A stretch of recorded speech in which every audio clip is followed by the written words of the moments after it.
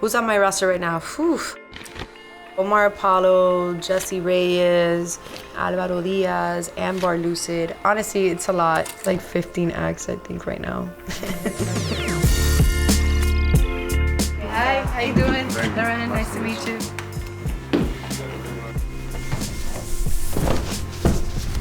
My name is Loren Medina, and this is how I became an entrepreneur in the music industry. I remember I did this crazy hike in New Hampshire, and I sort of had an epiphany because I was gonna do forensic psychology, and I'm way too sensitive for that. I was like, all right, I'm just gonna go get my master's, get my MBA. And then I linked with my homegirl who I went to high school with, and she had started a label over at Loyola. And she was really passionate. She's like, I want to start this indie label, and I want it to be female operated, and I want to sign female talent. And I was like already like such a big lover of music. I was a big club rat in Miami and in Boston, and music was always such a big part of my life. So I was just like, oh my God, this sounds amazing. And I was like, I'm so down to partner with you. We started a label in 2001 called Too Savvy. Around 2003, we signed this female rapper. She was Dominican, bilingual. She was like a Latina Lauryn Hill. She was super dope. We get her signed to Sony. Lourdes and I split. I stay as her manager. She got signed to Sony for like this Wu-Tang Latino type of project called Sindicato. It was like 9 artists. She was the only female. She gets signed to this collective. Then she gets dropped. And I, at that point, was like, I'm out of this business. Like, whatever, I'm gonna go do something else. A year later, my former boss and mentor, Lorenzo, who's like my heart, he called me. He's like, what are you doing? And I'm like, I'm at an ad agency. He's like, we need you to come back. Come work for me. And he's just like, show up tomorrow. We have a meeting with Kevin Laurie, who was the president of Sony at the time. And that's it. It was that fast. And then I started working under him at Sony in 2005. So 2007 was the onset of the business really plummeting, and it's when the business really tanked and everything happened with the piracy and all this stuff. So it was a really hard time financially. I survived 3 layoffs in Sony, and real talk, like I was really good at my job, and I was a rock star, and I was really committed. So I felt like I hit like a ceiling, and I said, you know what? I gotta get out of here, and I gotta do something else. 2009, I say I'm out of Miami. I'm partying way too much. I'm moving to LA or New York. It ended up being LA. I opened up this business called Digital Girl. It's a social media marketing company. We did social media marketing and some PR for Shakira, Maná, Aventura. We did 2 tours, Romeo, Ricky.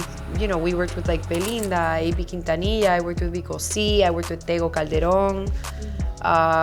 So yeah, some legends. So we started the social media marketing company, and we have it for 6.5 years. And then I started Guerrera. Who's on my roster right now? Whew. Omar Apollo, Jesse Reyes, Alvaro Diaz, Ambar Lucid, Alaina Castillo, Doris, Anaí, Kenya OS, TXT. We're the first US-based Latin PR company that has a K-pop artist, actually. So that's pretty cool. PR is critical to an artist's success because it's just getting co-signed by your peers and people who really know about music. And ultimately, it's just part of the hype and also telling your story. There's a really big difference between listening to an artist and listening to the music that they do. And it's like, okay, that was beautiful, or that's hard, or whatever. But there's a big difference between that and then knowing that person's story, especially if it's a story about adversity, if, they come from immigrant parents, if they've struggled, if they're from a marginalized community. Then you have that information and you know the story, you go so much harder for them.